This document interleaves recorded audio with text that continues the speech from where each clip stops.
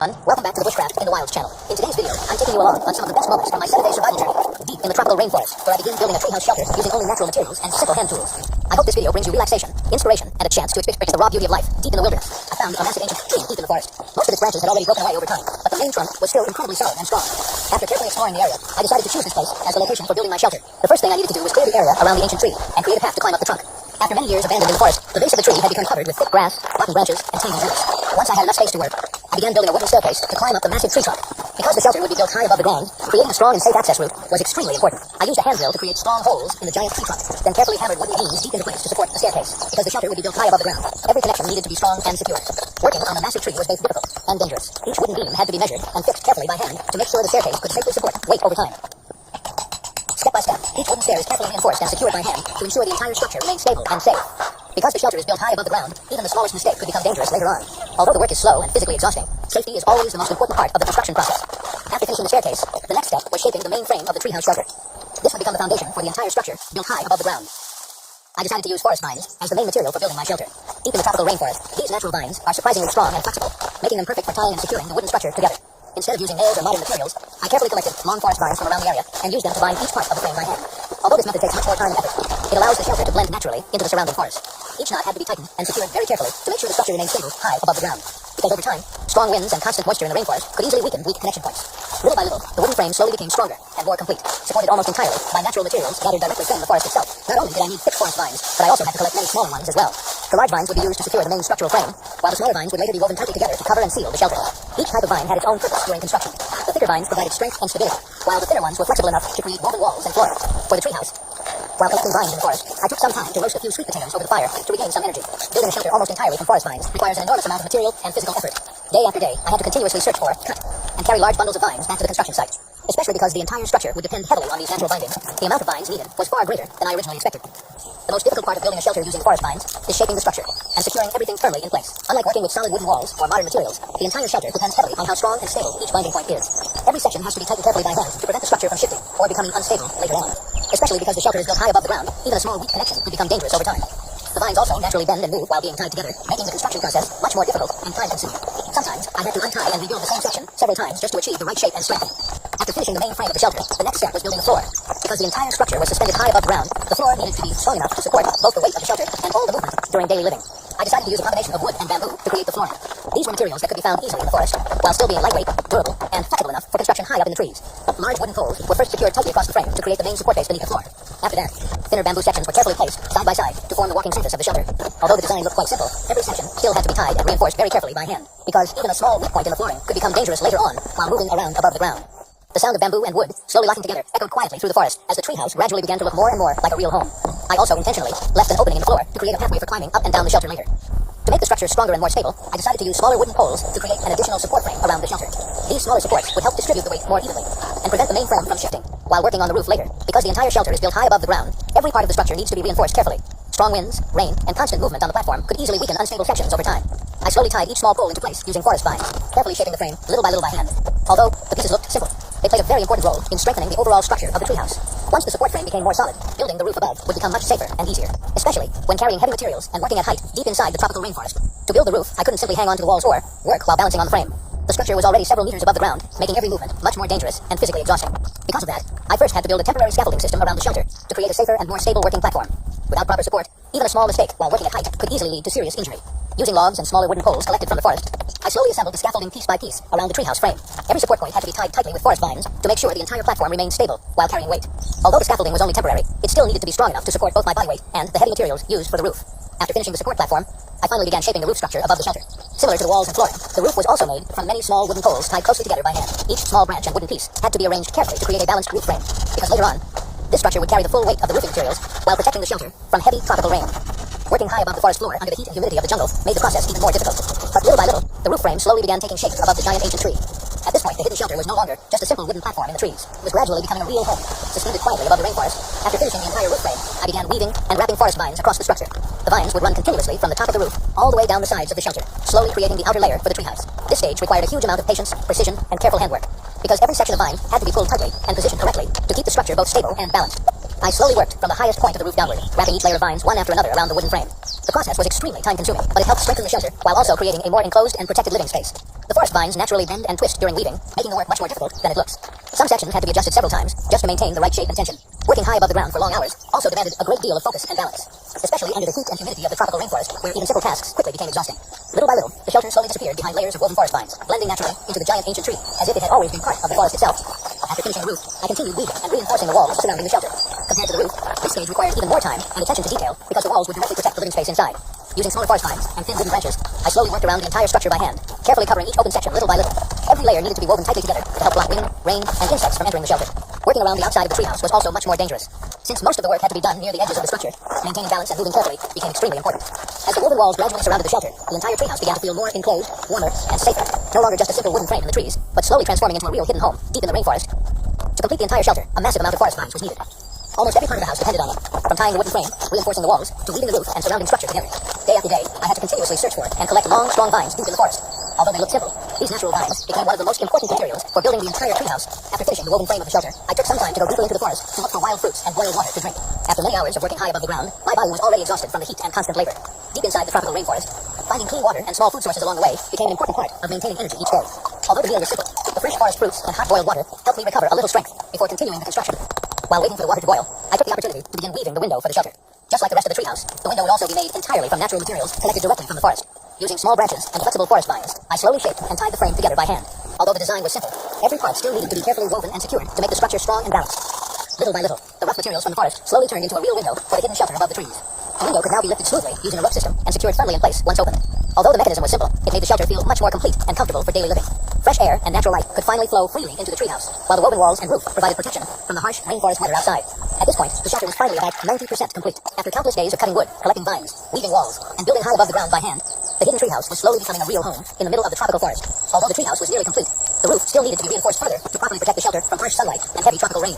Without an additional protective layer, water could still slowly seep through the woven structure during long storms. To strengthen the roof, I planned to cover the upper surface with layers of soil and natural materials.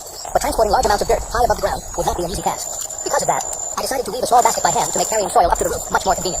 Using flexible forest vines and thin branches, I slowly shaped the basket, little by little, beside the shelter. Even though it was only a small tool, the basket would play an important role during the roofing process. Carrying soil by hand repeatedly up the staircase would waste an enormous amount of time and energy. To make the roof more waterproof and durable, I decided to collect wet mud from the stream and spread it across the top of the shelter. The thick layer of mud would help seal the woven roof structure, reducing gaps where rainwater could leak through during heavy storms. Using the handmade basket, I slowly carried load after load of mud up to the roof by hand, a tiring and time-consuming process, especially while climbing repeatedly between the ground and the treehouse. The wet mud was then carefully spread across the roof surface, little by little covering the woven layers beneath it. Once dried, the mud would create a much stronger protective layer against both rain and heat from the tropical sun. Although the work was exhausting, the shelter slowly began to look more solid and complete, blending naturally into the giant tree, as if it had grown there with the forest itself. After covering the roof with layers of wet mud, I realized that once the soil dried under the tropical heat, it could begin to crack and reduce the roof's ability to block rainwater over time. To solve that problem, I decided to collect small plants and patches of grass from the forest and carefully replant them across the surface of the roof. The roots of these plants would help hold the soil together naturally, preventing the mud layer from drying out and breaking apart too quickly. Little by little, the roof slowly began turning green with living plants, not only helping the structure blend naturally into the surrounding forest, but also creating an extra layer of insulation against heat from the sun. As the vegetation grew, the roof became cooler, stronger, and more stable over time. During heavy tropical rain, the roots and moist soil would help absorb water more effectively while reducing erosion on the roof surface. From a distance, the shelter almost disappeared into the giant ancient tree itself. Covered in soil, grass, and forest plants, it no longer looked like a man-made structure, but more like a natural part of the rainforest. It was incredible to see how simple materials from the forest, mud, vines, wood, and living plants could slowly transform into a strong and sustainable home high above the ground.